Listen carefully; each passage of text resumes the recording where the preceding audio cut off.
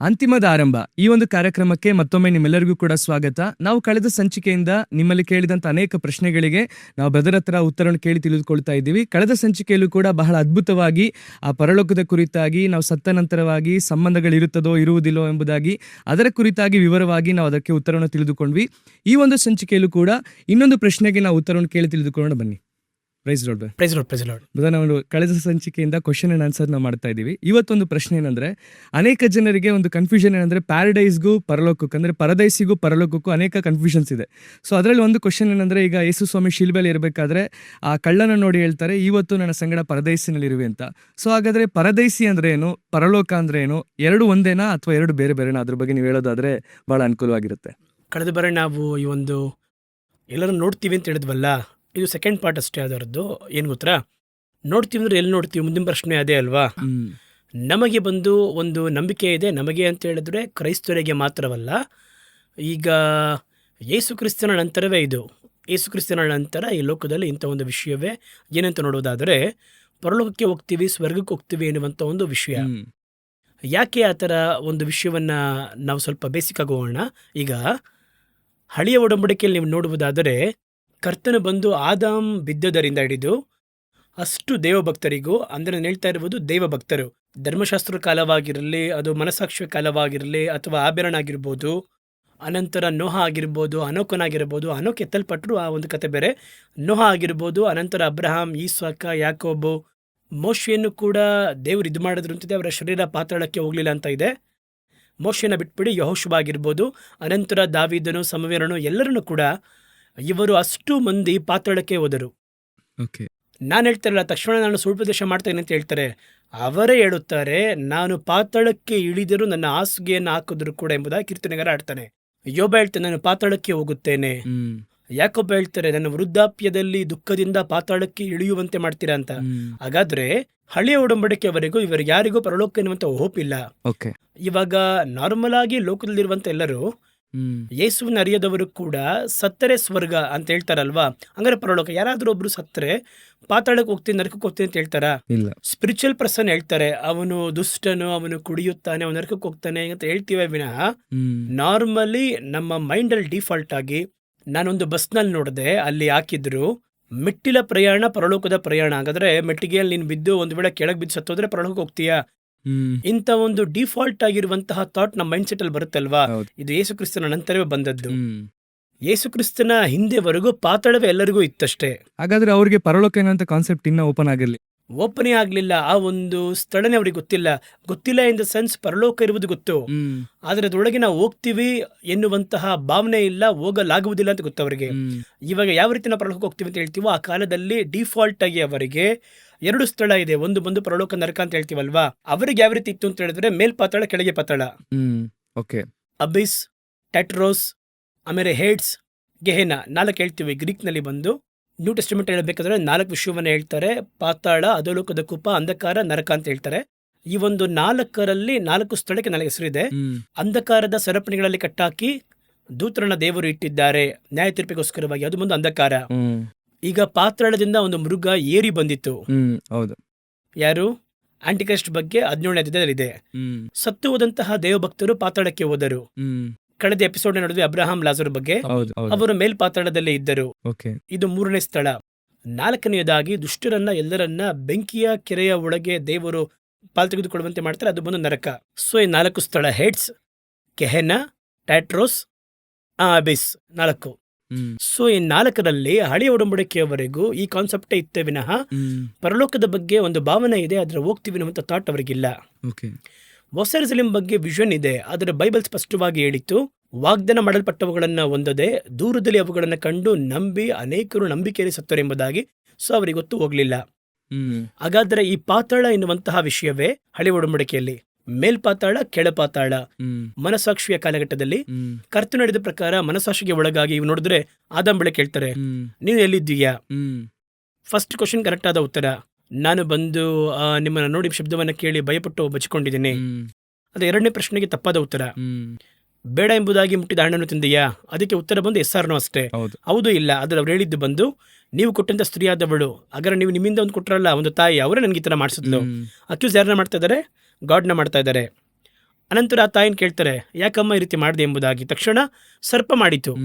So ಇವರು ಯಾರು ಆ ಮನಸ್ಸಾಕ್ಷಿಯಲ್ಲಿ ಸತ್ಯವಾಗಿಲ್ಲ, ಹೌದು ನಾನೇ ಅಂತ. ಅನಂತರ ಕಾಯಿನ್ನ ಕೇಳ್ತಾರೆ, ನಿನ್ನ ಸಹೋದರನ ಎಲ್ಲಿ, ಅವನ ರಕ್ತ ನನ್ನ ಕೂಗ್ತಾ ಇದೆ. ಇವನು ಹೇಳ್ತಾನೆ ನಾನೇನು ಕಾವಲುಗಾರನ, ಇವನು ಒಪ್ಕೊಂಡಿಲ್ಲ ಅಲ್ಲಿ. ಸೊ ಹಳೆ ಒಡಂಬಡಿಕೆ ತಕ್ಕ ಹಾಗೆ ಒಂದು ಮನಸಾಕ್ಷಿಯ ಕಾಲ ಅಂತ ಇತ್ತು. ಆ ಮನಸಾಕ್ಷಿಯ ಕಾಲದಲ್ಲಿ ಸತ್ಯವಂತರಾಗಿರುವವರಿಗೆ ಮೇಲ್ಪಾತಾಳ, ಸತ್ಯತೆ ಇಲ್ಲದಿರುವವರಿಗೆ ಕೆಳಗಿನ ಪಾತಾಳ. ಇದು ಎಲ್ಲಿಯವರೆಗೂ ಅಂದ್ರೆ ನೋವ ಕಾಲದವರೆಗೂ. ನೋವ ಕಾಲದಲ್ಲಿ ದೇವರು ದೀರ್ಘ ಶಾಂತನ ಕಾದಿರಬೇಕಾದ್ರೆ ಅವರು ವಿಧೇಯತೆ ಇಲ್ಲದಿರುವಂತ ಆತ್ಮಗಳವರು. ಅದರ ನಂತರ ಅಬ್ರಹಾಮನ ಪೀರಿಯಡ್, ಧರ್ಮಶಾಸ್ತ್ರ ಕಾಲ. ಧರ್ಮಶಾಸ್ತ್ರ ಕಾಲದಲ್ಲಿ ಸೇಮ್ ಕಾನ್ಸೆಪ್ಟೇ. ಇದೇ ರೀತಿ ಧರ್ಮಶಾಸ್ತ್ರಕ್ಕೂ ಅವರು ಸತ್ಯವಂತರಾಗಿದ್ದು ಅದನ್ನು ಫಾಲೋ ಮಾಡಿದವರು ಅಲ್ಲಿ ಮೇಲ್ಪಾತಾಳ ಹೋಗ್ತಾರೆ. ಇವರೆಲ್ಲ ನಂಬಿಕೆಯಿಂದ ಸಾಕ್ಷಿಯನ್ನು ಹೊಂದಿರುವವರು. ಎಲ್ಲಿದೆ? ಇಬ್ರಿಯರಿಗೆ 9, 10, 11ರಲ್ಲಿದೆ, 11ನೇ ಅಧ್ಯಾಯದಲ್ಲಿದೆ. ನಂಬಿಕೆಯಿಂದ ಅವರು ಸಾಕ್ಷಿಯನ್ನು ಹೊಂದಿರುವವರು ಇವರೆಲ್ಲರೂ ಕೂಡ. ಆದರೂ ಕೂಡ ಇವರು ಮೇಲ್ಪಾತಾಳಕ್ಕೆ ಹೋದರು, ಕೆಳಗಿನ ಪಾತಾಳಕ್ಕೆ ಇವರು ತಪ್ಪಿಸಲ್ಪಟ್ಟರು. ದೇವರ ನನ್ನ ಆತ್ಮವನ್ನ ಕೆಳ ಪಾತಾಳದಿಂದ ತಪ್ಪಿಸಿದರಿ. ಅವ್ರು ಹೇಳ್ತಾರೆ, ನಾನು ಕಾರ್ಗತ್ರನ ಕಣಿವೆಯಲ್ಲಿ ನಡೆದಾಗಲು, ಅದುವೇ ಮೇಲ್ಪಾತಾಳ. ಸೊ ಹಳೆಯ ಉಡಂಬಡಿಕೆಗೆ ತಕ್ಕ ಹಾಗೆ ಇವರೆಲ್ಲರೂ ಕೂಡ ಪಾತಾಳ, ಕೆಳಗಿನ ಪಾತಾಳ, ಅಂದ್ರೆ ಮೇಲ್ಪಾತಾಳ, ಕೆಳಗಿನ ಪಾತಾಳ, 2 ಕಾನ್ಸೆಪ್ಟ್ ಅಲ್ಲಿ ಇದ್ರು. ಪರಲೋಕಕ್ಕೆ ಹೋಗ್ತಾರೆ ಎನ್ನುವಂತ ಕಾನ್ಸೆಪ್ಟ್ ಇಲ್ಲ, ಒಬ್ಬರಿಗೆ ಮಾತ್ರ ಇತ್ತು ಹಳೆ ಒಡಂಬಡಿಕೆಯಲ್ಲಿ. ಯಾರು ಅಂತ ಕೇಳೋದಾದ್ರೆ ಎಲಿಯನ ಬಗ್ಗೆ 2 ಸಾವಿರ ಪುಸ್ತಕ 2ನೇ ಅಧ್ಯಾಯದಲ್ಲಿ ಎಲಿಯನ ಬಗ್ಗೆ ಹೇಳಬೇಕಾದ್ರೆ, ಒಂದು ಬೆಂಕಿಯ ರಥ ಅವರನ್ನ ಬೇರ್ಪಡಿಸಿತ್ತು. ಎಲಿಯನು ಆ ಸುಂಟೂರು ಗಾಳಿ ನಿಮಿತ್ತವಾಗಿ ಪರಲೋಕ ಹೋದಂತ ಇದೆ. ಆದ್ರೆ ಅಲ್ಲಿ ಪರಲೋಕ ಅಂತ ಏನಂತ ನೋಡುವುದಾದ್ರೆ, ಈಗ ಪರಲೋಕಗಳೇ ಅವರನ್ನ ಸ್ತೋತ್ರ ಮಾಡಿದೆ ಅಲ್ವಾ. ಆ ಪರಲೋಕಗಳೇ ಎನ್ನುವಂತ ಕಾನ್ಸೆಪ್ಟ್ ಏನಂತ ಹೇಳಿದ್ರೆ, ಯಹೂದ್ಯರ ನಂಬಿಕೆಯ ಪ್ರಕಾರ ಇವಾಗ ನಾವು ಎಪೇಸದವರಲ್ಲಿ ನಾವು ಓದ್ತೀವಲ್ವಾ, ಉನ್ನತಗಳಲ್ಲಿ ಅವರು ಪ್ರವೇಶ ಮಾಡಿದ್ರು ಎಂಬುದಾಗಿ, ಉನ್ನತಗಳು ಎಂಬುದಾಗಿ ಹೇಳುವುದಕ್ಕೆ ಅವರು ಹೇಳೋ ಆಕಾಶ ಎಂಬುದಾಗಿ ಒಂದು ನಂಬಿಕೆ ಇದೆ. ಅದರ ಆಧಾರದಲ್ಲಿಯೇ ಪೌಲ 3ನೇ ಆಕಾಶ ಎಂಬುದಾಗಿ ಹೇಳ್ತಾರೆ. ಸೊ ತಂದೆಯಾದ ದೇವರು, ನಮ್ಮ ಅಂಡರ್ಸ್ಟ್ಯಾಂಡಿಂಗ್ಗೋಸ್ಕರ ಹೇಳ್ತೇನೆ, ಇರುವ ಸಿಂಹಾಸನ ಸ್ಥಳ ಮೊದಲ ಆಕಾಶ. ಅದರ ನಂತರ ಕ್ರಮವಾಗಿ ಆಕಾಶಗಳಿದೆ, ಅದ್ರ ಬಗ್ಗೆ ದೊಡ್ಡ ಕ್ಲಾಸ್ ಅನ್ನು ಇಟ್ಕೊಳ್ಳಿ ಅದನ್ನ. ಅದರಲ್ಲಿ 3ನೇ ಆಕಾಶವೇ ಈ ಒಂದು ಪರದೈಸಿ. ಆದ್ದರಿಂದಲೇ ಪೌಲ ಹೇಳ್ತಾರೆ, ಪ್ಯಾರಡೈಸ್ಗೆ ಹೋಗ್ಬೇಕಾದ್ರೆ 3ನೇ ಆಕಾಶದವರೆಗೂ ಮನುಷ್ಯ ಎತ್ತಲ್ಪಟ್ಟನು ಎಂಬುದಾಗಿ. ಆ ರೀತಿ ಅವ್ರು ಹೇಳ್ತಾರೆ. ಸೊ ಆ ಒಂದು ಪರಲೋಕಕ್ಕೆ ಎಲಿಯ ಹೋದರು. ಎಲಿಯ ಹೋದದ್ದು ದೇವರಿರುವಂತಹ ಆ ಪರಲೋಕ ಅಲ್ಲ, ಆತ್ಮಗಳು ವಿಶ್ರಾಂತಿ ಹೊಂದುವಂತಹ ಸ್ಥಳ. ಯಾಕಂದ್ರೆ ಮತ್ತೆ ಬರಬೇಕು, ನಿಮಗೆ ಸ್ವೀಕರಿಸುವುದಕ್ಕೆ ಮನಸ್ಸಿನಲ್ಲಿ ಬರಬೇಕಾಗಿರುವ ಎಲಿಯ ಈತನೇ ಎಂಬುದಾಗಿ ಯೇಸು ಹೇಳ್ತಾರೆ. ಮತ್ತು ಯೇಸುವಿನ ಕಾಲದಲ್ಲಿ ಎಲಿಯ ಬರಬೇಕು. ಸೊ ಆ ಒಂದು ಕಾನ್ಸೆಪ್ಟ್ಗೋಸ್ಕರವಾಗಿ ಆತ್ಮಗಳು you go and take rest ಎಂಬುದಾಗಿ ಹೇಳ್ತಾರೆ, ರೆಸ್ಟ್ ಇನ್ ಪೀಸ್ ಎಂಬುದಾಗಿ ಹೇಳ್ತಾರೆ, RIP ಎಂಬುದಾಗಿ ಹೇಳ್ತೀವಲ್ವಾ. ಸೊ ಅವರಲ್ಲಿ ಹೋದರು. ಸೊ ಹಳೆಯ ಒಡಂಬಡಿಕೆಯ ಪ್ರಕಾರ ಅಷ್ಟು ದೇವಭಕ್ತರು, ನನಗೆ ತಿಳಿದಿರೋ ಮಟ್ಟಿಗೆ ಒಂದು 3 ಜನ, ಅನೋಕನು, ಎಲಿಯ, ಮೋಸೆ, ಇವರನ್ನು ಬಿಟ್ಟು ಬೇರೆ ಯಾರು, ಯೇಸು ಕ್ರಿಸ್ತನು, ಇವರನ್ನು ಬಿಟ್ಟರೆ ಹಳೆ ಒಡಂಬಡಿಕೆಯ ದೇವಭಕ್ತರು ಯಾರು ಕೂಡ ಪರಲೋಕಕ್ಕೆ ಹೋದರು ಎಂಬುದಾಗಿ ಹೇಳಲ್ಪಡಲೇ ಇಲ್ಲ. ಇವರು ಕೂಡ ಪರದೈಸಿಗೆ ಹೋದರು. ಪಾತಾಳ, ಕೆಳ ಪಾತಾಳ ಇವೆರಡೇ ಇದ್ದದ್ದು. ಯೇಸುವಿನ ಮರಣದ ನಂತರ ಏನ್ ನಡೀತು ಎಂಬುದಾಗಿ ನೀವು ಕೇಳುವುದಾದರೆ, ಅವರು ಕಾವಲಲ್ಲಿ ಇಡಲ್ಪಟ್ಟಂತಹ ಆತ್ಮಗಳಿಗೆ ಪ್ರಸಂಗ ಮಾಡಿದ್ರು. ಸರಿನಾ? ಅವರು ಏರಿದನು ಎಂಬುದಾಗಿ ಹೇಳುವುದರಿಂದ ಭೂಮಿಯ ತಗ್ಗಿದ ಸ್ಥಳಗಳಿಗೆ ಇಳಿದನು ಎನ್ನುವುದು ಕೂಡ ನಮ್ಗೆ ಗೊತ್ತಾಗುತ್ತಲ್ವಾ. ಸರಿನಾ? ಹಾಗಾದ್ರೆ ಇಳಿದು ಯೂದ ತನ್ನ ಬೇಟೆಯನ್ನ ಹಿಡಿದು ಏರಿ ಹೋದ. ಹಾಗಾದರೆ ಈ ವಾಕ್ಯವನ್ನೆಲ್ಲ ಒಟ್ಟಾರೆಯಾಗಿ ನೋಡುವುದಾದರೆ, ಯೇಸು ಸತ್ತನು, ಪಾತಾಳಕ್ಕೆ ಇಳಿದನು, ಆ ಮೇಲ್ಪಾತಾಳದಲ್ಲಿರುವವರೆಲ್ಲರನ್ನ ಕರೆಕೊಂಡು ಅಲ್ಲಿ ಒಂದು ಚಿಕ್ಕ ಪ್ರಸಂಗವನ್ನ, ಪ್ರಸಂಗ ಅಂದ್ರೆ ಏನು? ಪ್ರಸಂಗದಲ್ಲಿ ಹಲವು ರೀತಿ ಇದೆ.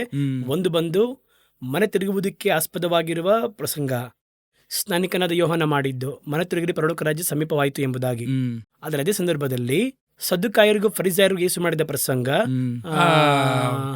ಸುಣ್ಣ ಬಡಿಯಲ್ಪಟ್ಟಂತಹ ಸಮಾಧಿಯೇ ಇದು, ಮನೆ ತಿರುಗುವುದಕ್ಕೆಲ್ಲ ನಿಮಗೆ ಅಯ್ಯೋ, ನ್ಯಾಯ ತೀರ್ಪಿನ ಪ್ರಸಂಗ. ಅದೇ ಸಂದರ್ಭದಲ್ಲಿ ಯೇಸು ಕಣ್ಣೀರಿಟ್ಟನು. ಕಣ್ಣೀರಿಟ್ಟು ಅಲ್ಲಿ ಸ್ಥಳದಲ್ಲಿ ಏನ್ ಮಾಡ್ತಾರೆ ಯೆರೂಸಲೇಮ್ ನೋಡಿ ಅವ್ರು ಹೇಳ್ತಾರೆ, ಹಾಗಾದ್ರೆ ಇದು ಬಂದು ಆತಂಕದಿಂದ ಬರುವ ಪ್ರಸಂಗ. ಇದನ್ನೆಲ್ಲ ದಾಟಿ ಮತ್ತೊಂದಿದೆ, ಯೇಸು ಕ್ರಿಸ್ತನು ಆ ದೂತನು ಹೇಳುತ್ತಾನೆ, ಸಮಾಧಿಗಳು ತೆರೆಯಲ್ಪಟ್ಟಂತಹ ದೂತನು ಹೇಳ್ತಾನೆ, ಅವರು ಹೇಳಿದ ಪ್ರಕಾರ ಪುನರುತ್ಥಾನ ಹೊಂದಲು ಅವರು ಇಲ್ಲಿಲ್ಲ, ಅವರು ಗಲಿಲಾಯಕ್ಕೆ ಹೋಗಿದ್ದಾರೆ. ಇದು ಜಯದ ಪ್ರಸಂಗ. ಹಾಗಾದ್ರೆ ಒಂದು ಸರ್ಮನ್ನಲ್ಲಿ ಡಿಫ್ರೆಂಟ್ ಆಗಿರುವಂತಹ ಪರ್ಸೆಪ್ಷನ್ಸ್ ಇದೆ ಅಲ್ವಾ. ಆ ರೀತಿ ಯೇಸು ಪಾತ್ರದಲ್ಲಿ ಮಾಡಿದ್ದು ಸಕ್ಸಸ್. ಇದಕ್ಕೆ ಇಷ್ಟು ವರ್ಷ ನಿಮಗೋಸ್ಕರವಾಗಿ ಕಾದಿರಲು ಹೇಳಿದ್ವಿ, ನೀವು ಕಾದಿರಲಿಲ್ಲ. ಆ ಕಾಲದಲ್ಲಿ ದೇವರು ದೀರ್ಘ ಶಾಂತನಾಗಿ ಕಾದಿರ್ಬೇಕಾದ್ರೆ ನೀವು ಅದಕ್ಕೆ ವಿಧಿಯರಾಗ್ಲಿಲ್ಲ. ನೋಹನ ನಾವಿಯೊಳಗೆ ನೀವು ಬರಲಿಲ್ಲ. ಸೊ ಇವಾಗ ಇವ್ರನ್ನೆಲ್ಲ ಕರ್ಕೊಂಡ್ ಮೇಲೆ ಹೋಗ್ತೀನಿ. ಈ ಪ್ರಸಂಗವೇ ಅಲ್ಲಿ ಮಾಡಿದ್ದು. ಸೊ ಯೇಸುವಿನ ಮರಣದೊಂದಿಗೆ ಪ್ಯಾರಡೈಸ್ ಓಪನ್ ಆಗುತ್ತೆ. ಹಾಗಾದ್ರೆ ಮತ್ತಾಯ 27ನೇ 52ನೇ ವಾಕ್ಯದಲ್ಲಿ ಹೇಳುತ್ತಲ್ಲ ಬದರ್, ಯೇಸು ಸ್ವಾಮಿ ಸತ್ತ ನಂತರ ಸಮಾಧಿಗಳು ತೆರೆಯಲ್ಪಟ್ಟವು, ಅನೇಕರ ಭಕ್ತರ ದೇಹಗಳಿದ್ದವು. ಅಂದ್ರೆ ಇವರೆಲ್ಲ ಹಳೆಯ ಒಡಂಬಡಿಕೆ ಭಕ್ತರು. ಹೌದು, ಹಳೆ ಒಡಂಬಡಿಕೆ ದೇವ ಭಕ್ತರು. ಆ ಸಮಾಧಿಗಳು ತೆರೆಯಲ್ಪಡುತ್ತದೆ. ಈಗ ಹೊಸ ಒಡಂಬಡಿಕೆ ಒಂದು ಅಂಡರ್ಸ್ಟ್ಯಾಂಡಿಂಗ್ಗೋಸ್ಕರವಾಗಿ ಅಬ್ರಹಾಮನ ಮೊಟ್ಟ ಮೊದಲು ಸಮಾಧಿಯನ್ನು ಖರೀದಿ ಮಾಡ್ತಾರೆ. ಅಬ್ರಹಾಮನೇ ಮೊಟ್ಟ ಮೊದಲು ಸಮಾಧಿ ಇಡಲ್ಪಟ್ಟರು ಎಂಬುದಾಗಿ ಒಂದು ವರ್ಡ್ ಹೇಳಲ್ಪಡುತ್ತೆ. ಅಬ್ರಹಾಮನು ಸಮಾಧಿ ಪಡಿತಾರೆ. ಅಲ್ಲಿ ಖರೀದಿ ಮಾಡಲ್ಪಟ್ಟವರು ಯೇಸು ಕ್ರಿಸ್ತನ ಬರುವಿಕೆವರೆಗೂ ಸಮಾಧಿ. ಆದರೆ ಯೇಸು ಕ್ರಿಸ್ತನ ನಂತರ ಸಮಾಧಿ ತೆರೆಯಲ್ಪಟ್ಟಿತು. ಹ್ಮ್ ಅವರ ಕಾನ್ಸೆಪ್ಟ್ ಏನಂದ್ರೆ ಮರಣ ಜಯವಾಗಿ ನುಂಗಲ್ಪಟ್ಟಿತು. ಹ್ಮ್ ಸೊ ಹಳೆ ಒಡಂಬಡಿಕೆಯ ದೈವಭಕ್ತರೊಂದಿಗೆ ಸಮಾಧಿಗಳೆಲ್ಲವೂ ಓಪನ್, ಇನ್ನು ಮುಂದೆ ಸಮಾಧಿ ಇಲ್ಲ. ಹ್ಮ್ ಹಾಗಾದ್ರೆ ಇವಾಗ ನಾವು ಸಮಾಧಿ ಕಟ್ಟಬಾರ್ದು ಅಂತ ಕೇಳಿದ್ರೆ ಅದು ನಮ್ಮ ನಂಬಿಕೆ. ನಮ್ಮ ಕ್ರಮದ ಪ್ರಕಾರ ಸಮಾಧಿ ಕಟ್ತೀವಿ. ಒಬ್ಬರು ಕ್ರಮದ ಪ್ರಕಾರವಾಗಿ ಸುಡ್ತಾರೆ, ಒಬ್ಬರು ಒಂಥರ ಕಾರ್ಯ ಮಾಡ್ತಾರೆ. ಈಗ ನಮ್ಮದರಲ್ಲಿಯೇ ಎಷ್ಟೊಂದು ರಕ್ತಸಾಕ್ಷಿಗಳು ಸುಡಲ್ಪಟ್ಟವರಾಗಿದ್ದರು. ಹೌದು ಹಾಗಾದ್ರೆ ಏನು ಹೇಳ್ತಿರೋ ಅವ್ರಿಗೆ? ಅವ್ರು ಮತ್ತೆ ಬರಲ್ವಾ ಅವರೆಲ್ಲ? ಹೌದು ಇಲ್ವಾ? ಮೊದಲು 3 ಶತಮಾನಗಳಲ್ಲಿ ಎಷ್ಟು ಕೋಟಿ ಕ್ರೈಸ್ತರು ಕೊಲೆ ಮಾಡಲ್ಪಟ್ಟವರು. ಹೌದು ಹಾಗಾದ್ರೆ ಅವರ ಮತ್ತೆ ಬರಲ್ಲ ಅಂತ ಅರ್ಥನಾ? ಹ್ಮ್ ಆ ರೀತಿಯಲ್ಲ. ಇದು ನಮಗೊಂದು ನಂಬಿಕೆ, ಸಮಾಧಿಯೊಳಗೆ ಇಡಲ್ಪಟ್ಟರೆ ಅವ್ರು ಮತ್ತೆ ಬರ್ತಾರೆ ಎಂಬುದಾಗಿ. ಸಮಾಧಿಯಲ್ಲಿ ಇಟ್ಟರು, ಇಡದಿದ್ದೇ ಹೋದರು, ಒಂದು ವೇಳೆ ಗೊತ್ತಿಲ್ಲದೆ ಸುಟ್ಟರು ಬರ್ತಾರೆ. ಹ್ಮ್ ಒಂದು ದೊಡ್ಡ ಮಿಷನರಿ ಒಬ್ಬರು ಒರಿಸ್ಸದಲ್ಲಿ ಅವರ ಸುಟ್ಟರು, ಅವರು ಮತ್ತೆ ಬರುವುದಿಲ್ವಾ ಅವರು? ಇಲ್ವಾ? ನನಗೆ ತಿಳಿದಿರೋ ಪ್ರಕಾರ ಎಷ್ಟೊಂದು ಮಂದಿಯನ್ನ 3 ಶತಮಾನದಲ್ಲಿ ಪಾಲಿಗ್ರಾಫ್ ಕಾಲದಲ್ಲಿ, ಮೊದಲ ಶತಮಾನದಲ್ಲಿ ಪಾಲಿಗ್ರಾಫ್ ಕಾಲಘಟ್ಟದಲ್ಲಿ ಸುಟ್ಟಿದ್ದಾರೆ. ನೀರೊರಸನ ಕಾಲಘಟ್ಟದಲ್ಲಿ ಕ್ರೈಸ್ತರನ್ನ ಕಂಬದಲ್ಲಿ ಕಟ್ಟಿ ಸುಟ್ಟಿದ್ದಾರೆ ಅವರು. ಆಮೇಲೆ ನೀರೋ ಕಾಲದಲ್ಲಿ ಸಿಂಹಗಳನ್ನೆಲ್ಲ ಬಿಟ್ಟು ಅವರೆಲ್ಲ ಸತ್ತೋಗಿದ್ದಾರೆ. ಅವ್ರನ್ನೆಲ್ಲ ತಿಂದೇ ಬಿಡುತ್ತು ಸಿಂಹ ಪರಿಪೂರ್ಣವಾಗಿ. ಹಾಗಾದ್ರೆ ಅವರೆಲ್ಲ ಮತ್ತೆ ಬರೋದಿಲ್ಲ ಅಂತ ಅರ್ಥನಾ? ಆ ರೀತಿ ಅಲ್ಲ, ಇವರ ನಂಬಿಕೆ ಅದು. ಸರಿ, ಅದೊಂದ್ ಕಡೆ ಇರಲಿ. ಹ್ಮ್ ಸೊ ಇನ್ನು ಮುಂದೆ ನ್ಯೂ ಟೆಸ್ಟ್ಮೆಂಟ್ ತಿಳಿದ ಮಟ್ಟಿಗೆ ಸಮಾಧಿ ಇಟ್ಸ್ ನಾಟ್ ಇಂಪಾರ್ಟೆಂಟ್. ಹ್ಮ್ ಸಮಾಧಿ ಕಟ್ಟುವುದೇನುವುದು ನಾವು ಕ್ರೈಸ್ತರು ಒಂದು ಗುರುತಿಗೋಸ್ಕರವಾಗಿ ಸಮಾಧಿ ಕಟ್ಟಿ ಶಿಲ್ಬೆ ಇಡ್ತಾರೆ ವಿನಃ ಹ್ಮ್ ಸಮಾಧಿ ಎನ್ನುವುದು ಇಂಪಾರ್ಟೆಂಟ್ ಆಗಿರೋ ಒಂದು ಕಾರ್ಯವಲ್ಲ. ಸಮಾಧಿ ಇಲ್ಲದಿದ್ದರೆ ಇವಾಗ ಒಂದು ವೇಳೆ ಹಿಂಗೆಲ್ಲ ಹೇಳ್ತಾರಲ್ಲ ಅಂತ ಹೇಳುವುದಾದರೆ, ಇವತ್ತು ಕೂಡ ಕಮ್ಯುನಿಸ್ಟ್ ದೇಶಗಳಲ್ಲಿ ಹ್ಮ್ ಸೆರೆಮನೆಯಲ್ಲಿ ಕೊಲ್ಲಲ್ಪಡುವವರು ಎಷ್ಟೋ ಮಂದಿಯನ್ನ ಅವರು ಬಂದು ಉಣೋದಿಲ್ಲ. ಹ್ಮ್ ಹಿಟ್ಲರ್ ಕಾಲಘಟ್ಟ ಬಂತಲ್ವಾ, ಹ್ಮ್ 60 ಲಕ್ಷ ಯಹೂದರನ್ನ ಕೊಲೆ ಮಾಡಿ ಅವರನ್ನ ಉಣ್ಲಿಲ್ಲ, ಸುಟ್ರು. ಹ್ಮ್ ಅವರಲ್ಲಿ ಎಷ್ಟೋ ಕ್ರೈಸ್ತರು ಕೂಡ ಸುಡಲ್ಪಟ್ರು. ಹ್ಮ್ ಆ ಪರಿಶುದ್ಧವಂತರು ಏನಾಗ್ತಾರೆ ಇವಾಗ? ಹೌದು ಸೊ ಇಲ್ಲಿ ಉಣುವುದು ಸುಡುವುದು ಎನ್ನುವ ಕಾನ್ಸೆಪ್ಟ್ ಎಲ್ಲ ಇಲ್ಲ. ಹ್ಮ್ ಇದು ನ್ಯೂ ಟೆಸ್ಟಮೆಂಟ್ ಸಮಾಧಿ ಓಪನ್ ಆಯಿತು ಯೇಸು ಕ್ರಿಸ್ತನ ಬಂದಾಗ. ಇನ್ನು ಮುಂದೆ ಸಮಾಧಿ ಒಂದು ಪಡಿಲೇ ಇಲ್ಲ. ಹ್ಮ್ ಹಳೆ ಒಡಂಬಡಿಕೆ ನೋಡಿದ್ರೆ ಸಮಾಧಿಯನ್ನು ಪಡಿತಾನೆ ಇದ್ರು. ಹ್ಮ್ ಹೊಸ ಒಡಂಬಡಿಕೆಯಲ್ಲಿ ಸಮಾಧಿಯಲ್ಲಿ ಇಡಕ್ಕಾಗಲ್ಲ ಇನ್ ದ ಸೆನ್ಸ್ ಮರಣವನ್ನು ಅಡಗಿಸಲಾಗುವುದಿಲ್ಲ ಎಂಬುದಾಗಿ ಪುನರುತ್ಥಾನಗೊಂಡರು. ಹಾಗಾದ್ರೆ ಯೇಸು ಕ್ರಿಸ್ತನ ಮರಣದ ಜೊತೆಗೆ ಒಂದು ಬಿಡುಗಡೆ ನಮಗೆ ಬರುತ್ತದೆ. ಹ್ಮ್ ಎಲ್ಲಿ ಹೋಗ್ತೀವಿ? ಪ್ಯಾರಡೈಸ್ಗೆ ಹೋಗ್ತೀವಿ. ಹ್ಮ್ ಇಲ್ಲಿ ಕೂಡ 2 ಸಮಸ್ಯೆ ಇದೆ, ಅದನ್ನು ಕೂಡ ಎಕ್ಸ್ಪ್ಲೈನ್ ಮಾಡೋಣ. ಹೌದು ಎಲ್ಲರೂ ಏನ್ ಹೇಳ್ತಾರೆ ಅಂತಂದ್ರೆ ಪರಲೋಕಕ್ಕೆ ಹೋಗ್ತೀವಿ ಎಂಬುದಾಗಿ ಹೇಳ್ತಾರೆ. ಹೌದು, ಯಾಕಂದ್ರೆ ಅದೇ ಪ್ರಶ್ನೆ ಬದಲಿಗೆ ಏನಂದ್ರೆ ಈ ಹೊಸ ಒಡಂಬಡಿಕೆ ನೀವು ಇಷ್ಟು ಕೇಳಿದ ಹಳೆಯ ಒಡಂಬಡಿಕೆ ಬಗ್ಗೆ ಹೇಳಿದ್ರಿ. ಹಳೆಯ ಒಡಂಬಡಿಕೆ ಭಕ್ತರಿಗೆ ಪ್ಯಾರಡೈಸ್ ಅಲ್ಲಿ ಇದ್ದಾರೆ. ಈಗ ಯೇಸು ಸ್ವಾಮಿ ಕೂಡ ಶಿಲ್ಬೆಯಲ್ಲಿ ಸತ್ತಂತ ಕಳ್ಳನ್ ನೋಡಿ ನೀನು ಪರದೈಸಲ್ಲಿ ಇರ್ತಿ ಅಂತ ಹೇಳಿದ್ದಾರೆ. ಸೊ ಆದ್ರೆ ಈಗ ಹೊಸ ಒಡಂಬಡಿಕೆ ಸಭೆ ಆಗಿರುವಂತ ನಾವು ಸತ್ರ ಎಲ್ಲಿ ಹೋಗ್ತೀವಿ? ಈಗ ಪರದೈಸಿಗೆ ಹೋಗ್ತೀವ, ಪರಲೋಕಕ್ಕೆ ಹೋಗ್ತೀವಿ? ಆ ಒಂದು ಕನ್ಫ್ಯೂಷನ್ ಎಲ್ಲರಿಗೂ ಇದೆ. ಇಲ್ಲ, ಮೊದಲು ಇನ್ನೊಂದು ಎಕ್ಸ್ಪ್ಲನೇಷನ್ ಮಾಡಿ ಅಲ್ಲಿಗೆ ನಾವು ಹೋಗೋಣ. ಹ್ಮ್ ಪರಲೋಕ ಎನ್ನುವ ಪದ ಇದೆ ಅಲ್ವಾ, ಇದನ್ನ ನಾವು ಇಂಗ್ಲಿಷ್ನಲ್ಲಿ ಟ್ರಾನ್ಸ್ಲೇಟ್ ಮಾಡಿದ್ರೆ ಒಂದೇ ಒಂದು ಪದ, ಹೆವೆನ್. ಹೆವೆನ್ ಹೆವನ್ ಎನ್ನುವಂತಹ ಪದಕ್ಕೆ ಬಹಳ ಅರ್ಥಗಳು ಉಂಟು. ಹ್ಮ್ ಪ್ಯಾರಡೈಸ್ಗೂ ಹೆವನ್ ಅಂತ ಹೇಳ್ತೀವಿ, ಹ್ಮ್ ಪ್ಯಾರಡೈಸ್ ಅಂತಲೂ ಹೇಳ್ತಾರೆ. ಹ್ಮ್ ಪರಲೋಕ ಇದೆ ಅಲ್ವಾ, ತಂದೆಯಾದ ದೇವರಿದ್ದಾರೆ, ಅದಕ್ಕೂ ಹೆವೆನ್ ಎಂಬುದಾಗಿ ಹೇಳ್ತಾರೆ. ಹ್ಮ್ ಆಕಾಶ ಇದೆಯಲ್ಲ, ಸ್ಕೈ, ಹ್ಮ್ ಅದಕ್ಕೂ ಹೆವೆನ್ ಎಂಬುದಾಗಿ ಹೇಳ್ತಾರೆ. ಯಾಕಂದ್ರೆ ಜೆನೆಸಿಸ್ 1:1 ಅಲ್ಲಿ ಹೆವೆನ್ ಅಂತಾನೆ ಇದೆ. ಹೆವೆನ್ ಅಂತಾನೆ ಇದೆ. In the beginning god created the heavens and the earth ಅಂತ ಇದೆ. ಹೌದು. ಹಾಗಾದ್ರೆ ಆಕಾಶಕ್ಕೂ ಹೆವೆನ್ ಅಂತಾನೆ ಇದೆ. ಹ್ಮ್ ಹಾಗಾದ್ರೆ ಸ್ಥಳಕ್ಕೆ ತಕ್ಕ ಹಾಗೆ ಅರ್ಥೈಸುವಿಕೆ ಮಾರ್ಪಡುತ್ತದೆ. ಹೌದು. ಸರಿನಾ? ಆದ್ರೆ ನಾವು ಕನ್ನಡದಲ್ಲಿ ಅದನ್ನ ಬಂದು ಆ ಡಿಫ್ರೆನ್ಸಿಯೇಷನ್ ಅಲ್ಲಿ ಕೊಟ್ಟಿರ್ತಾರೆ. ಹ್ಮ್ ಪರಲೋಕ ಅಂದ್ರೆ ಅದೇ ಪರಲೋಕ, ಇದು ಬಂದು ಆಕಾಶ, ಹ್ಮ್ ಹೌದು, ಇದು ಬಂದು ಪರದೈಸಿ ಇಲ್ವಾ? ಈ ಒಂದು ಅಂಡರ್ಸ್ಟ್ಯಾಂಡಿಂಗ್ ಈ ಒಂದು ಅರ್ಥೈಸುವಿಕೆ ಕನ್ನಡದಲ್ಲಿ ಚೆನ್ನಾಗಿದೆ. ಹ್ಮ್ ಸೊ ಇಲ್ಲಿ ನಾವೇನ್ ಅರ್ಥ ಮಾಡ್ಕೋಬೇಕು ಅಂದ್ರೆ, ಹ್ಮ್ ಪರಲೋಕ ಎನ್ನುವುದು ಕಾಮನ್ ವರ್ಡ್, ಹ್ಮ್ ಹೆವನ್ ಎನ್ನುವುದು ಒಂದು ಕಾಮನ್ ಆಗಿರೋ ವರ್ಡ್. ಅದು ಆಕಾಶವನ್ನು ಸೂಚನೆ ಮಾಡುತ್ತೆ, ಪರಲೋಕದಲ್ಲಿ ದೇವರಿರುವ ಸ್ಥಳವನ್ನು ಸೂಚನೆ ಮಾಡುತ್ತೆ. ಹ್ಮ್ ಈಗ ಎರಡನೇದಾಗಿ ನಾವು ಅರ್ಥ ಮಾಡ್ಕೋಬೇಕು, ಪರಲೋಕಕ್ಕೆ ಹೋಗ್ತಾರೆ ಎಂಬುದಾಗಿ ನಾವು ಯಾವ ರೀತಿ ತಗೋಬೇಕು ಅದನ್ನ ಅಂದರೆ, ಸತ್ತಂತಹ ದೇವಭಕ್ತರು ಎಲ್ಲಿ ಹೋಗ್ತಾರೆ ಅಂತ ನೋಡಬೇಕು. ಸತ್ತ ದೇವಭಕ್ತರು ಎಲ್ಲಿ ಹೋಗ್ತಾರೆ ಅಂದ್ರೆ ಪ್ಯಾರಡೈಸ್ ಎನ್ನುವಂತಹ ಸ್ಥಳಕ್ಕೆ ಹೋಗ್ತಾರೆ. ಒಬ್ರು ಕೂಡ ಪರಲೋಕ ಎಂಬುದಾಗಿ ಹೇಳಲ್ಪಡುವಂತಹ ತಂದೆ ಇರುವ ಸ್ಥಳಕ್ಕೆ ಹೋಗೋದಿಲ್ಲ. ಓಕೆ. ಹಾಗಾದ್ರೆ ಅವರು ಹೋಗ್ತಾರೆ ಅಂತ ನೀವು ಹೇಳುವುದಾದರೆ ವಾಕ್ಯವೇ ತಪ್ಪಾಗೋಗುತ್ತೆ. ಸರಿನಾ? ಕ್ರಿಸ್ತನಲ್ಲಿ ಸತ್ತವರು ಬರುವಿಕೆಯಲ್ಲಿ ಕ್ರಿಸ್ತನಲ್ಲಿ ಸತ್ತವರು ಮೊದಲು ಜೀವಂತವಾಗಿದ್ದು ಬರ್ತಾರೆ. ಹೌದು. ಅನಂತರ ಜೀವಂತವಾಗಿರುವ ನಾವು ಆಕಾಶದಲ್ಲಿ ಎತ್ತಲ್ಪಟ್ಟು ರೂಪಾಂತರವಾಗ್ತೀವಿ. ಹಾಗಾದ್ರೆ ಯೇಸು ಬರ್ಬೇಕಾದ್ರೆ ಏನಾಗ್ತಾರೆ ಅಂದ್ರೆ ಎದ್ದು ಬರ್ತಾರೆ, ರೂಪಾಂತರವಾಗ್ತಾರೆ.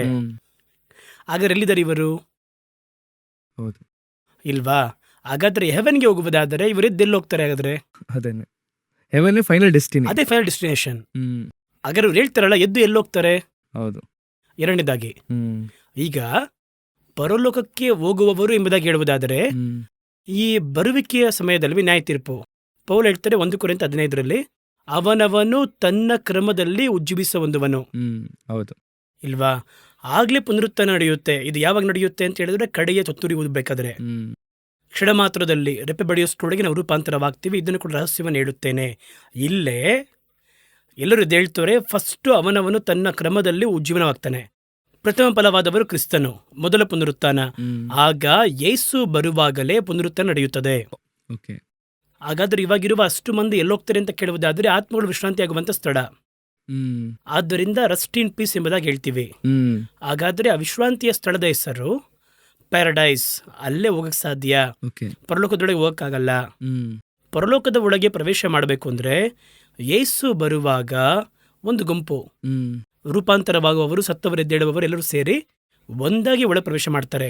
ಯೇಸು ಬಂದು ಅವ್ರನ್ನ ಕರ್ಕೊಂಡು ಹೋಗ್ತಾರೆ. ಅಲ್ಲಿಯವರೆಗೂ ಹೋಗೋವರೆಲ್ಲ ಪರಲೋಕ ರಾಜ್ಯಕ್ಕೆ ಒಂದು ದೊಡ್ಡ ಗುಂಪು ಏನ್ ಮಾಡ್ತಾರೆ ಅಂದ್ರೆ ಅರ್ಥ ಇಲ್ಲದೆ ಇದ್ದಾರೆ. ಇವಾಗ ಪ್ಯಾರಡೈಸ್ ಇದೆ ಅಲ್ವಾ, ಅದಕ್ಕೆ ಪರದೇಸಿ ಅಂತ ಹೇಳ್ತೀವಿ. ಅದರ ಅರ್ಥ ಏನಂತ ನೋಡುವುದಾದರೆ ವಾಲ್ಡ್ ಗಾರ್ಡನ್. ಅಂದ್ರೆ ಒಂದು ಮರೆಯಾಗಿ ಕಟ್ಟಲ್ಪಟ್ಟ ಅಥವಾ ಬೇಲಿ ಹಾಕಲ್ಪಟ್ಟ ಅಥವಾ ಕಾಂಪೌಂಡ್ ಗೋಡೆ ಹಾಕಲ್ಪಟ್ಟಂತಿರುವ ತೋಟ ಅಂತ ಅರ್ಥ. ಇದು ಬಂದು ಏದೆನ್ನ ಮಾಡೆಲ್. ಏದೇನ ಮಾಡೆಲ್ ಈ ರೀತಿ ಹೇಳ್ಬಹುದು. ಪ್ಯಾರಡೈಸ್ ನ ಮಾಡೆಲ್ ಏದೇನ್. ಪರಲೋಕದಲ್ಲಿರುವಂತಹ ಎಲ್ಲವನ್ನ ಒಂದು ಇಮೇಜ್ ಆಗಿ ದೇವರು ಕೆಳಗೆ ಮಾಡಿದ್ರು. ಯಾಕೆಂದ್ರೆ ಎಲ್ಲವೂ ಬಂದು ಅಲ್ಲಿ ಸ್ಪಿರಿಚುವಲ್ ವಿಷನ್. ಅದನ್ನ ನೀವು ದೇಹ ರಕ್ತವಾಗಿ ಅದನ್ನ ಮುಟ್ನೋಡುವ ರೀತಿಯಲ್ಲಿ ಇಲ್ಲೇ ಮಾಡ್ತಾರೆ. ಹಾಗಾದ್ರೆ ಇಲ್ಲಿ ಮನುಷ್ಯನು ಬಂದು ದೇವರ ಸ್ವರೂಪ, ದೇವರ ಹೋಲಿಕೆ ಮನುಷ್ಯ. ಈ ರೀತಿ ಒಂದೊಂದಕ್ಕೂ ಒಂದಿದೆ ಅಲ್ವಾ. ಆ ರೀತಿಯಾಗಿ ಪರಲೋಕದಲ್ಲಿರುವಂತಹ ಪ್ಯಾರಡೈಸ್ನ ಮಾಡಲ್ಲೇ ಎಲ್ಲಿ ಈಡನ್. ಈ ಏದೇನ್ನಲ್ಲಿ ತೋಟ ಇದೆ ಅಲ್ವಾ, ಆ ತೋಟ. ಆ ತೋಟದ ನಡುವೆ ಏನಿದೆ ಅಲ್ಲಿ ಮರ ಇದೆ, ಜೀವವೃಕ್ಷದ ಮರ ಇದೆ. ಇದೇ ವಿಷಯವನ್ನೇ ಯೇಸು ಪ್ರಕಟಣೆ 2:7 ಹೇಳ್ತಾರೆ, ಪರದೈಸ್ವಿಯ ನಡುವೆ ಇರುವಂತಹ ಜೀವವೃಕ್ಷವನ್ನು ಕೊಡುತ್ತೇನೆ ಎಂಬುದಾಗಿ. ಇದಕ್ಕೆ ಹೆಸರು ತೋಟ. ಪ್ಯಾರಡೈಸ್ ಎನ್ನುವಂತಹ ಪದಕ್ಕೆ ಹೆಸರು ವಾಲ್ಡ್ ಗಾರ್ಡನ್, ಅದಕ್ಕೆ ಹೆಸರು ತೋಟ. ಸಿರಣ. ಹಾಗಾದ್ರೆ ಈ ತೋಟವು ಆ ತೋಟವು ಒಂದೇ. ಇವಾಗ ಈ ತೋಟದಲ್ಲಿ ಆದಾಮನು ಫಸ್ಟ್ ಒಳಗೆ ಬರ್ತಾರೆ, ತಾನು ಉಂಟು ಮಾಡಿದಂತಹ ಮನುಷ್ಯನನ್ನ ತಂದಿಡ್ತಾರಲ್ಲಿ, ಸರಿನಾ. ಅನಂತರ ಆದಾಮನ ಪಕ್ಕೆಯಲ್ಲಿ ತಿವಿತಾರೆ. ತಿವಿದ ನಂತರ ಅಲ್ಲಿ ಪಕ್ಕೆಯನ್ನ ತೆಗೆದು ಅವಳನ್ನ ಮಾಡಿ ತರ್ತಾರಲ್ಲಿ. ಇದೇ ಕರೆಕ್ಟ್ ಅಲ್ವಾ? ಎರಡನೇ ಆದಾಮ ಎನ್ನುವುದು ಯೇಸು ಕ್ರಿಸ್ತನು. ಓಕೆನಾ? ಅವರ ಪಕ್ಕೆಯಲ್ಲಿ ತಿವಿದರು. ನಾವೇನ್ ಅನ್ಕೊಂತೀವಿ ಅಂದ್ರೆ, ಯಾಕೆ ಪಕ್ಕೆಯಲ್ಲಿ ತಿವಿದು ಅಂದ್ರೆ ಅವ್ರು ಜೀವಂತವಾಗಿದಾರ ಇಲ್ವಾ ಅಂತ ನೋಡಕ್ಕೆ ತಿವಿದರು. ಹಾಗಾದ್ರೆ ಪಕ್ಕೆಯಲ್ಲಿ ತಿವಬೇಕನ್ನೋ ಅವಶ್ಯಕತೆ ಇಲ್ಲ ಅಲ್ವಾ? ಆದ್ರೆ ಪಕ್ಕೆಯಲ್ಲಿ ತಿವಿದ. ಅದು ಪರಲೋಕದ ಯೋಜನೆ. ನಾನು ಯಾವಾಗ್ಲೂ ಹೇಳ್ತೀನಿ, ಯೇಸುವನ್ನ ನೀವು ಟಚ್ ಮಾಡ್ಬೇಕು ಅಂದ್ರೂ ಕೂಡ ಪರಲೋಕ ಪರ್ಮಿಷನ್ ಕೊಡದೆ ಮಾಡಕ್ಕಾಗಲ್ಲ. ಹೆವನ್ ಪರ್ಮಿಷನ್ ಕೊಡಬೇಕು, ಕೊಟ್ಟರೆ ಮಾತ್ರ ಟಚ್ ಮಾಡಕ್ ಸಾಧ್ಯ ಅಷ್ಟೇ. ಈಗ ಯೋಬನನ್ನ ಮುಟ್ಟುವುದಕ್ಕೆ ಪರ್ಮಿಷನ್ ಕೇಳ್ತಾನೆ, ಅಲ್ಲಿ ಪೇತ್ರನನ್ನ ಮುಟ್ಟುವುದಕ್ಕೆ ಪರ್ಮಿಷನ್ ಕೇಳ್ತಾನೆ. ಅದನ್ನೇ ಯೇಸು ಹೇಳ್ತಾರೆ, ನಿಮ್ಮನ್ನ ಪುಟಕ್ಕೆ ಹಾಕುವ ಹಾಗೆ ಸೈತನನ್ನ ಪರ್ಮಿಷನ್ ಕೇಳ್ದ ಅಂತ ಹೇಳ್ತಾರೆ. ಸೊ ಆ ಟಚ್ ಮಾಡಬೇಕು ಅಂತ ಕೇಳಬೇಕು. ಇವ್ರನ್ನ ಟಚ್ ಮಾಡಕ್ಕೆ ಪರ್ಮಿಷನ್ ಬೇಕು ಅಂತ ಹೇಳಿದ್ರೆ ಯೇಸುವನ್ನ ಟಚ್ ಮಾಡಬೇಕು. ಹಾಗಾದ್ರೆ ಏನ್ ಮಾಡ್ಬೇಕು? ಪರಲೋಕದಲ್ಲಿ ಹೋಗಿ ಪರ್ಮಿಷನ್ ತಗೊಂಡಿರ್ಬೇಕು. ಯೋಬನ್ ನೋಡಿ ಹೇಳಿದ್ರು ಅಲ್ವಾ, ಇವನು ನನ್ನ ಕೈಯಲ್ಲಿದ್ದಾನೆ, ಇಷ್ಟ ಬಂದಾಗ ಮಾಡು, ಅವನಿಗೆ ಪ್ರಾಣವನ್ನ ಮಾತ್ರ ಮುಟ್ಬೇಡ. ಈ ಸ್ಥಳದಲ್ಲಿ ಯೇಸುವಿಗೆ ಅದನ್ನೇ ಹೇಳಿದ್ದಾರೆ, ಅವ್ರನ್ನ ಏನ್ ಬೇಕಾದ್ರೂ ಮಾಡ್ಕೊಳ್ಳಿ, ಆದ್ರೆ ಪ್ರಾಣವನ್ನ ಮಾತ್ರ ಮುಟ್ಬಿಡಬಾರ್ದು. ಸೊ ನೋಡಿ, ಯೇಸುವಿನ ಪಕ್ಕೆಯಲ್ಲಿ ತಿವಿತಾರೆ. ಕಾರಣವಿಲ್ಲ ಅಂದ್ರೆ ಆಗಲ್ಲ. ತಿವಿದ ಕೂಡಲೇ ಹೊಸ ಒಡಂಬಡಿಕೆಯ ಸಭೆ ಹೊರಗೆ ಹುಟ್ಟುತ್ತದೆ. ಈಗ ಯಾವ ರೀತಿ ಅವಳನ್ನ ಒಳಗೆ ತಗೊಂಡೋದ್ರು ಹಿಂದೆ ಮಾಡಿ, ಅದೇ ರೀತಿ ನಮ್ಮನ್ನ ರೆಡಿ ಮಾಡಿ ಒಳಗೆ ಕರ್ಕೊಂಡು ಹೋಗ್ತಾರೆ. ಸುರನಾಗರ ನಮ್ಮನ್ನ ಒಳಗೆ ಕರ್ಕೊಂಡು ಹೋಗುವಂತ ಕಾರ್ಯವನ್ನೇ ಬರುವಿಕೆ ಅಂತ ಹೇಳ್ತೀವಿ. ಮತ್ತೆ ಎಲ್ಲರೂ ಇವಾಗ್ಲೇ ಒಳಗೋಗಕ್ ಸಾಧ್ಯ?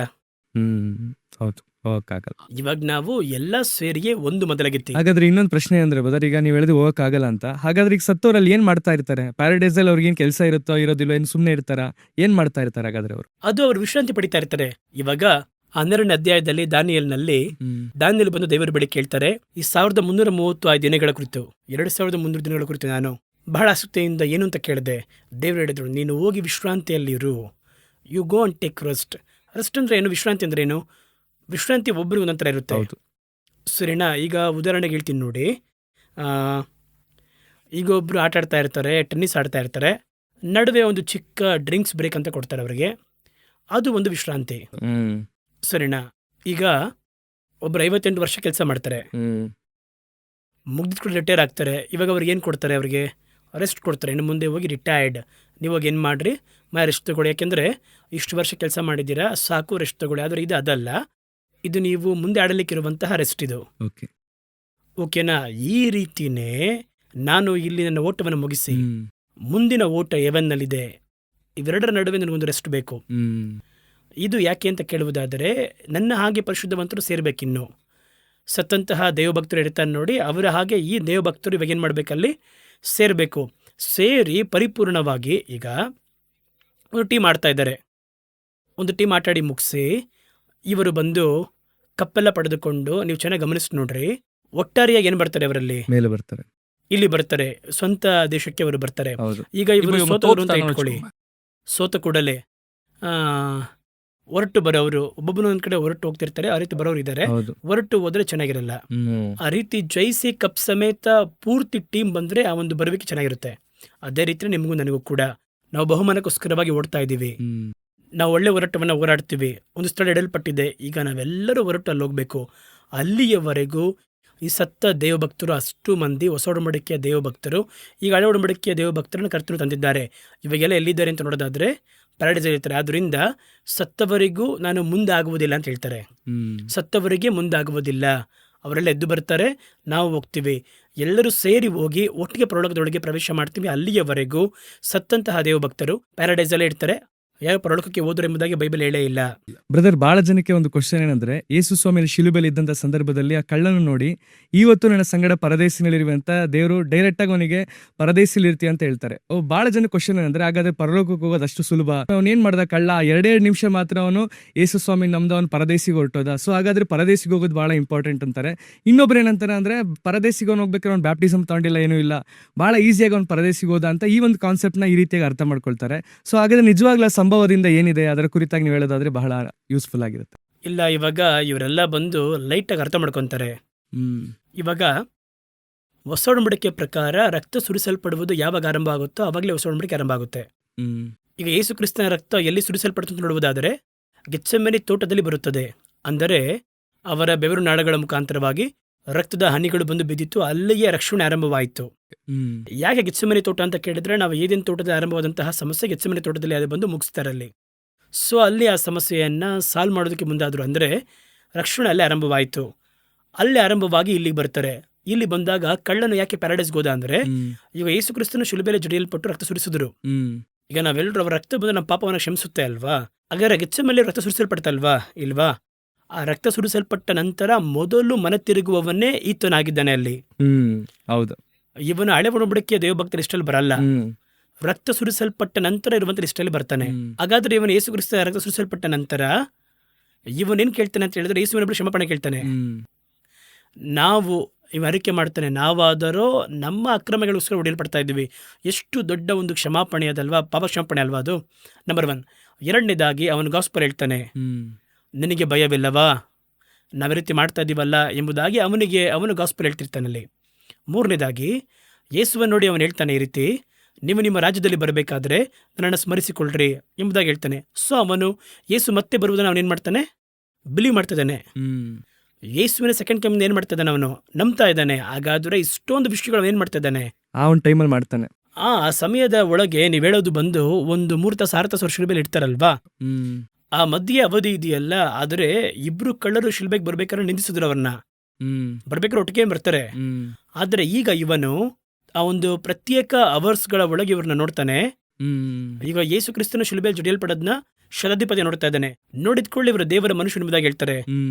ಇಷ್ಟಕ್ಕೂ ಶಿಲುಬೆಯಲ್ಲಿ ನೇತಾಡ್ತಾ ಇದ್ದಾರೆ. ಆದ್ರೆ ನೋಡಿದ ದೇವಕುಮಾರನ್ನು ದೂರದಿಂದ ನೋಡುವ ಅವನಿಗೆ ಇವರು ದೇವರ ಕುಮಾರನು ಅಂತ ಗೊತ್ತಾಗಬಹುದು. ಅದರ ಪಕ್ಕದಲ್ಲಿರೋನಿಗೆ ಹೌದು.